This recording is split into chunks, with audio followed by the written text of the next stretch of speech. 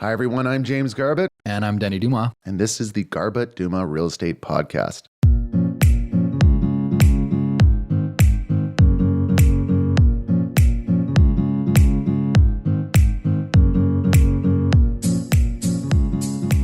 '22 is coming up quick, guys. And a lot of people are thinking about making a move in 2022. This podcast is going to share how to get prepared early, what things to start thinking about in December, January, February, if you are thinking of making a move this spring, both on the buyer and seller side. Monica, start us off. What are some things to think about? I'm thinking about potentially upsizing this coming spring or summer. Where do I start? Well, you start by contacting your realtor. This is something I say all the time, and most of my followers know this. Like, where are you? Reach out to me. If you're planning to list next year, I need to know now because there's so many things that go into a listing. But, obviously there's like fixing up your curb appeal and fixing up inside and what should I do? And reaching out in March to list in April is just not enough time. And like we saw in the last few years, like the timing of the year is not traditional. It's not like, historically, April or May is the best time. In some years, we find that January has like a weird surge and it might be a better time to sell. This is applicable to buyers too. If you're thinking of buying in 2022, reach out now, get on a list, start to get familiar with the areas that you think you want to buy so that you know what products are selling for. Listing price versus sale price is a really important part of your buyer's education, but also you need to get your finances in order. And that's something that needs to start in January. I think a common misconception with consumers is that you're wasting our time. And we get that question all the time is like, I didn't reach out a month ago because I didn't want to waste your time. But for us, it's a process, and we want to help you make a very successful move, whether that be, suggesting items around your home to fix up or declutter or paint certain rooms or whatever that may be. And a lot of those things do take time. On the buyer side, like Monica said, it's very important to educate yourself 3 to 6 months before you actually make the move of what is happening in today's market. That involves conversations with us. That also involves just watching real estate online, being on a realtor search that is showing you what places are selling for in your criteria, in the neighborhoods that you're looking at. And so whenever we're meeting with buyers, we always say, don't ever feel like concerned about reaching out to us, like you're wasting our time. Reach out to us more often than not. We want you to be prepared so that when that really good property comes up, you know that it's a really good one and you can make a strong offer to go after it. And if you're going to waste anyone's time, wasting a realtor's time is the right person's time to waste because like 80% of what we do amounts to nothing. We are in the business of those few moments that have a huge impact on people's lives, but 80-90% of what we do amounts to, nothing, showings that people don't buy or offers that don't go anywhere. But yeah, you have to plan early for a number of reasons. Let's get into those reasons on why to plan early. Because, Monica, we talked about doing the pre-photos or getting a home. If you have to sell something, getting that ready. Yeah, there's a lot of times, especially if you're planning to downsize homes, you get really used to them. You get really used to the home that you live in, and you don't really see the imperfections that could be managed to get the biggest bang for your buck on your downsize. Decluttering is something that takes a lot of time for downsizers. You need to know the right items that you need to start to get rid of and pack up, and different furniture that you can let go, and you want to make the right decisions. We've seen a lot of times people do a whole overhaul and maybe spend quite a bit of money getting their listing ready before reaching out to us, and they've spent the money in all the wrong places. And if we could do it all over again, we would say, no, like do a little bit of landscaping outside. Don't worry about all the other stuff that you've done. Do a little bit of landscaping outside and paint, like Denny mentioned. Those things go a lot further than like spending $600 on a new faucet that you could have just, recocked the old one. Don't save that to-do list for the last minute. If you have extra time over the holidays, December, January, use it wisely. We're often focusing on declutter, paint, obvious repairs, and when the season's right, cleaning up the outside or any obvious stuff on the outside. But we're rarely in this kind of upward trending market are we focusing on, change the countertop and backsplash of your bathroom. The moment you open up I mean, there are definitely exceptions to that. And if you're not a motivated seller and you have a very dated place, there may be, and you have access to trades available, you may have a very good reason to do a full cosmetic reno of your home. But if you are anxious to change properties, our suggestion is going to be talk to a realtor, whether it's us or someone else early, and understand what you need to do to maximize the saleability of your home within reason. I have 3 kids. It would be daunting if I wanted to sell in May, it would be daunting for me to just do nothing until mid-April and then have 2 weeks of scramble to get my place ready. Whereas a very good, and during the holiday season, I might declutter, have time to declutter, have time to do all the paint touch-ups. And yes, I would be worried about my house falling apart. But one thing that we've done for clients in the past is if you barely are able to keep your home together and you live in chaos with kids, it's a perfectly fine strategy to get photos well before you plan on listing. So whether you find a place or whether you make a move in 2022 or not, if your intent is to, and if you struggle to have your place in showing condition, there's a very good argument to just say, hey, you know what, January after the holidays, you get your place immaculate for one day. We'll take interior shots so that they're ready and you don't have that 2-week scramble when you find a place. And we'll be ready to go when that right property comes up, and it just saves a lot of time. I mean, the downside of doing a January photo shoot is the outside might need to be redone, but that's easy. If you retake exteriors, no big deal. But if you are the type of person that needs all the stars to align to have an immaculate interior, you talk to that realtor about your situation and make sure they get interior shots well before you need them if you have a moment to get your place immaculate. Yeah, buyer and seller fatigue is a real thing. Buyer fatigue is when you've just seen way too many properties and you've lost out on way too many offer situations. And a lot of that can be avoided by educating yourself before physically going out to look at properties. So I think that process is really important. It helps keep your mind clear and it helps you make good choices. And selling fatigue is the same thing. It's just working so hard in such a small amount of time to get your property ready. And sellers need to be educated on properties also. So they need to get on some type of search where they're seeing properties that are like theirs, list and see how much those properties are selling for. And getting your education a month or 2 in advance is okay, but 4 months is better to really get a good idea of the trends. And something that we've had a lot of our clients do over the last year is if you're going on a vacation, get the house clean and tidy and ready to go. And then we've gone in and shot photos while the family was completely away. And planning listings around a spring break vacation is also a really good strategy if your kids are nuts and they make a mess of the place and you have dogs and whatever. So the dog is going to, be boarded for a week while you're away on your vacation. That's the perfect time to be showing that property. So planning, and this is something that you wouldn't have known unless you talked to a realtor. You're like, oh yeah, I'm going on a vacation in July. Like if your household is chaotic, we might recommend waiting until you're gone for that vacation to sell your property. So, and there's a lot of important reasons to get in your agent's head ahead of time, and these are just a few of them. Often when we walk through homes with a seller for the first time, as they're walking us through their home, they've been in the home for 15, 20 years, whatever it may be. They have this list in their head of items that they want to repair or update or whatever it may be. And so as we're walking through the home, they're mentioning things. And I think a lot of people don't necessarily understand the time that it takes to do some of those items. Like, yes, changing a door handle is very small and can be done quickly, but if things like, oh, this window is slightly cracked, I'd like to have that replaced. This floor, a little bit of water came in 6 winters ago. There's a little bit of stain. I'd like to replace the floor here. A lot of people think that can happen in a week versus the amount of time it takes for trades to organize and to order product and to all of that kind of stuff. It takes quite a bit of time to organize and actually implement. So if you do have that laundry list of items, it's very important to get ahead of it with maybe a conversation with a realtor, but also early in the year if you're planning to list in the spring or summer.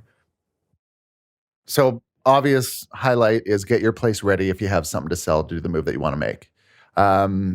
Other thing is, understanding the market, understanding, getting an updated value on your place and getting an idea of the value of what you're looking to buy. I think it's crucially important for anyone that's thinking about making this move is just get a current snapshot of the value. And then if you know what you want to buy, get a current snapshot of that value and look at the difference. The market could very well change over the next 6 months, but the difference probably will be around the same.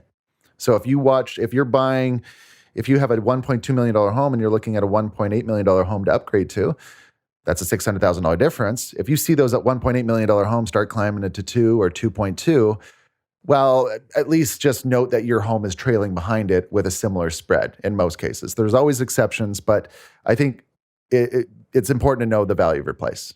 And then the other comment is get your finances in order. And that's a big can of worms. But I guess when it comes to value or the conversation of value, how are you having those conversations with clients right now? Because as I always say, it's a moving target. I like to set my clients up, whether they're buyers or sellers, on searches right away of properties in the area that are, if it's a seller that's similar to what they're selling, so that they can get a really real-time, weekly trickling update of their education. The biggest fake news thing that I hear from my clients all the time is, oh, my neighbor sold for this amount and the amount is way off. And also they don't realize that the neighbor's lot is maybe 2,000 square feet bigger or smaller than theirs. There's just a lot of fake news that swirls around neighborhoods when it comes to listing prices and sale prices.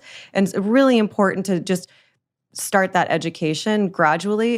It can be overwhelming when you meet with a seller a few weeks before they plan to list and you slap down a bunch of comparables and you're like, these are the comparables. It's a lot. It's much more effective to have them on some type of ongoing education slowly until it's time to list. Yeah. It's a bit of a guess, I think, is the right answer. And we've seen years like this before where we've had extremely low inventory in the fall. And often that results in an overnight flick of a 10%, 15% increase when we start seeing listings come up in January. So it's a bit of a guess. I like to bring the full equation together, even in that very first conversation. What are you looking to do? You're looking to sell this home? Okay, but where are you looking to move? Are you looking to move out of town? Are you looking to downsize to a condo here? What does that whole equation look like? And then start talking about the spread. So if you're looking to sell a home, here's the last 3 that have sold in your neighborhood. You'll notice that every one is higher than the last. I don't expect that to change in the next 6 months. So especially if inventory is very low. So yes, your home is worth roughly this number today. That could change 10% when you go to sell in March, April, May, whenever that month is. And the exact same thing on the buy side. If you're looking to downsize to the island or wherever, here's the last few sales of the type of product that you're looking for. That could totally change in 6 months from now. And the buy side. Oh, sorry. Yeah, we had a really good example of this type of situation, Denny and I, about a month or 2 ago. Yeah. We met with these sellers. They were moving to the island. Right? Yeah. Yeah. And the price that we told them was a very honest and fair and very accurate price that day. Just before we left, we were like, okay, we're not going to pick a listing price because things could change. And I think within a week, we told them to list $100,000 higher. And then actually, it changed 200,000. Yes. Yeah. So we told them to list 100,000 higher.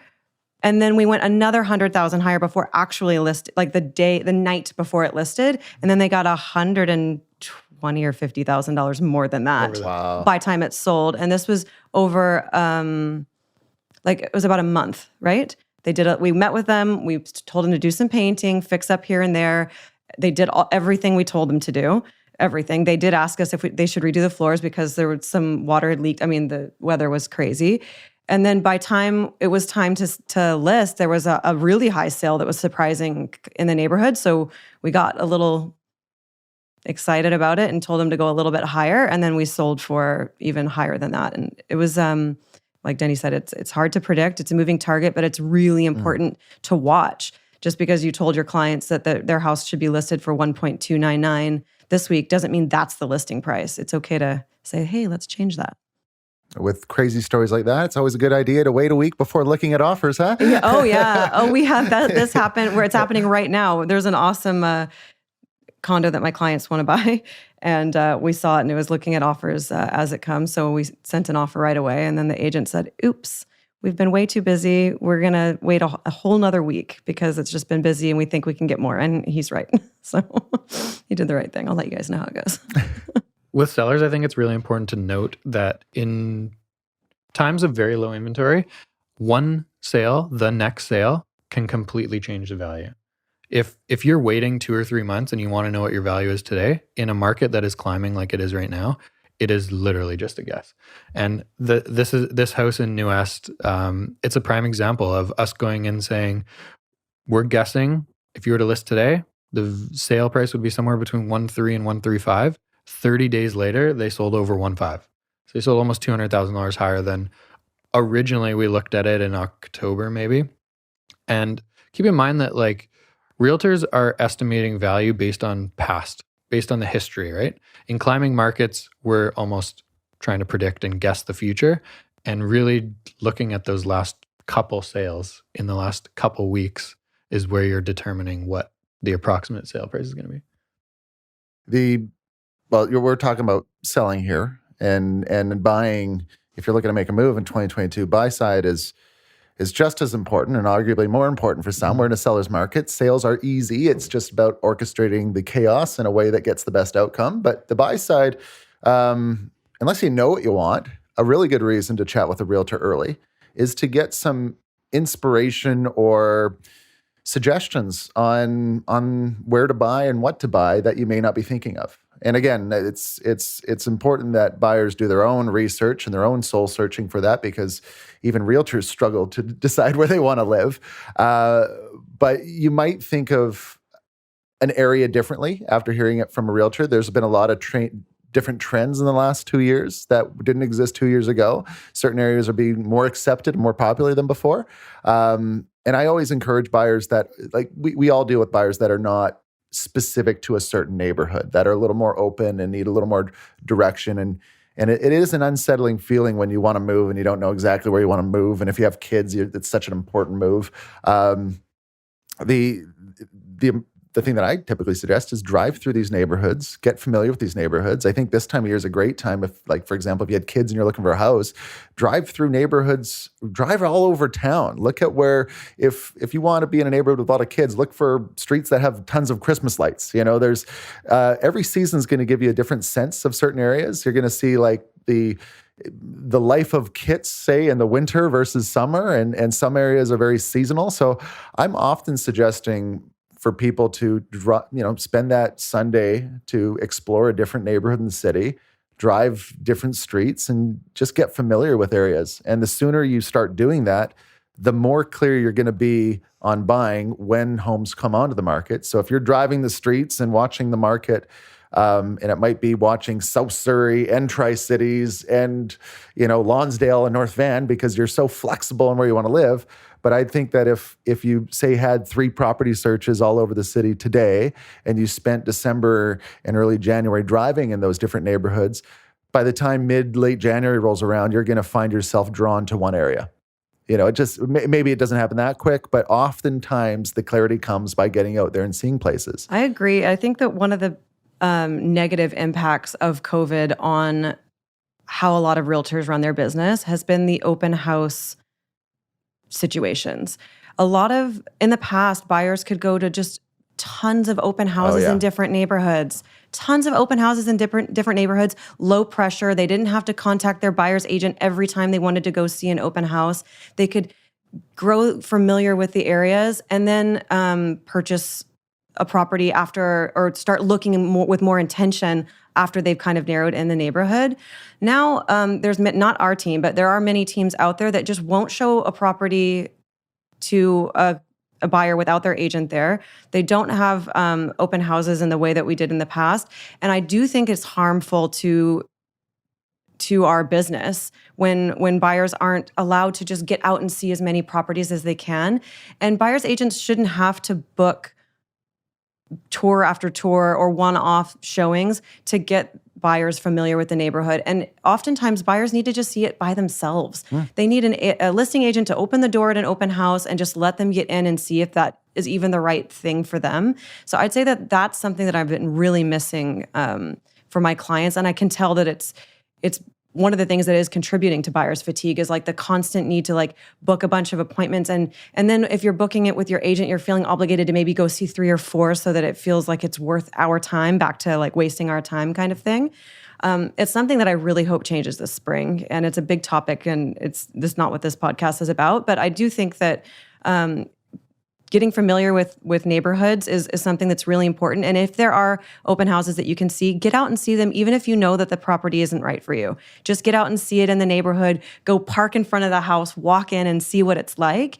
And if there are open houses open to you, I would go out and see them. If it's a neighborhood that you are considering too, even if it's not necessarily the property type or the exact property, you get a chance to see the demographic of people coming through open houses. Is this a neighborhood that you want to live in? If you have young kids, are there lots of young families and young kids coming through the open house? And it just kind of gives you an idea of maybe where the neighborhood is trending and what types of people are moving into that area. Yeah, I totally agree. I think open houses are a great way for buyers, and they've been taken away. So the buyers get this, unfortunately, a lot of buyers are in this situation where they get that sense of the salesperson pressure, and it's such an important decision. And as realtors, we don't want to admit that sense of pressure, but it's just human nature that, you can't be a looky-loo like you used to be. And that phase of those few months or weeks or maybe years for some of browsing listings in different areas at an open house with a low pressure approach, that's been gone lately.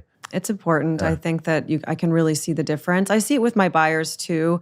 When they contact me to go see something, they preface it by saying, I know that this isn't right for us, but we just really need to go see it. Can you book us an appointment?